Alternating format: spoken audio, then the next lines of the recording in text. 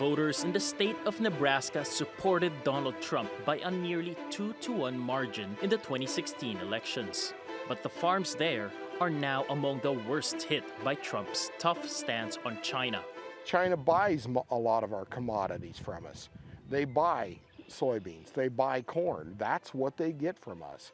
So consequently, it was our products that are most affected by that trade war. The Trump administration is preparing new tariffs on $300 billion worth of Chinese goods like mobile phones, televisions, and video game consoles. Last week, the U.S. more than doubled tariffs on $200 billion worth of goods from China. If Trump makes good on his latest threat, virtually everything the U.S. buys from China will be taxed.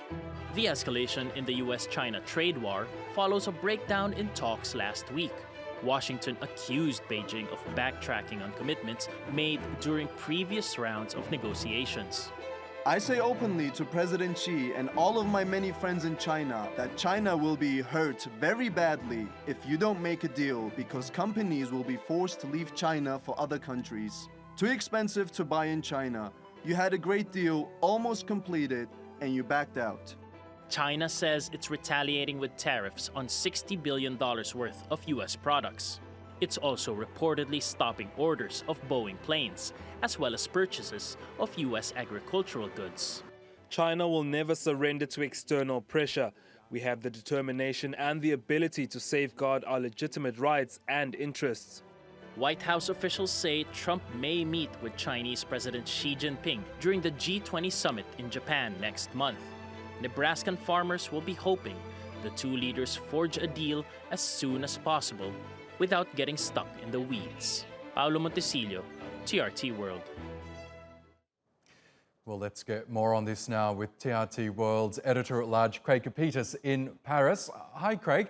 China really is limited in just how hard it can hit the US with tariffs, simply because it just doesn't import a huge amount of American goods. So how worried do you think the Trump administration is in terms of China's retaliation? I have yet to speak with any economist or businessman who believes Donald Trump knows enough about anything, let alone economics, to be worried. In fact, when I speak with experts in this field, they remind me of Dolores O'Riordan screaming, "What's in your head?"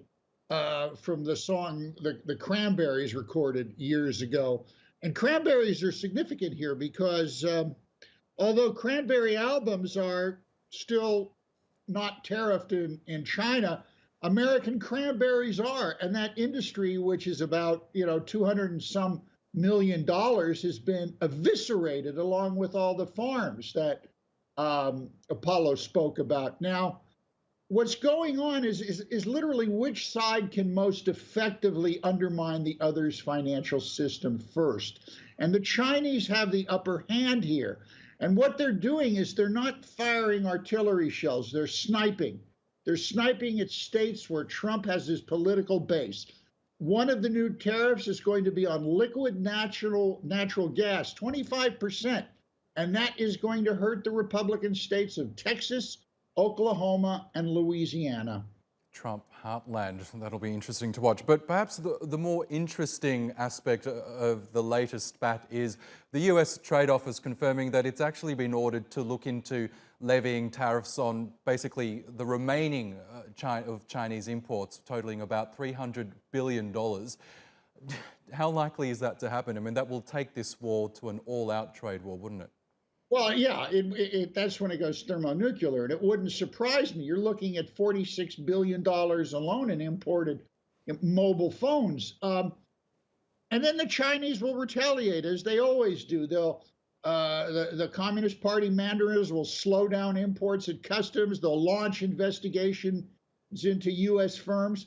And frankly, this is what the White House appears to want, because President Trump believes that will force American firms currently operating in China to leave and come back to the United States and rebuild the manufacturing sector. And that, my friend, is the thinking of a zombie. Well, it's early days in this latest chapter, obviously, but who do you think will blink first, China or the US?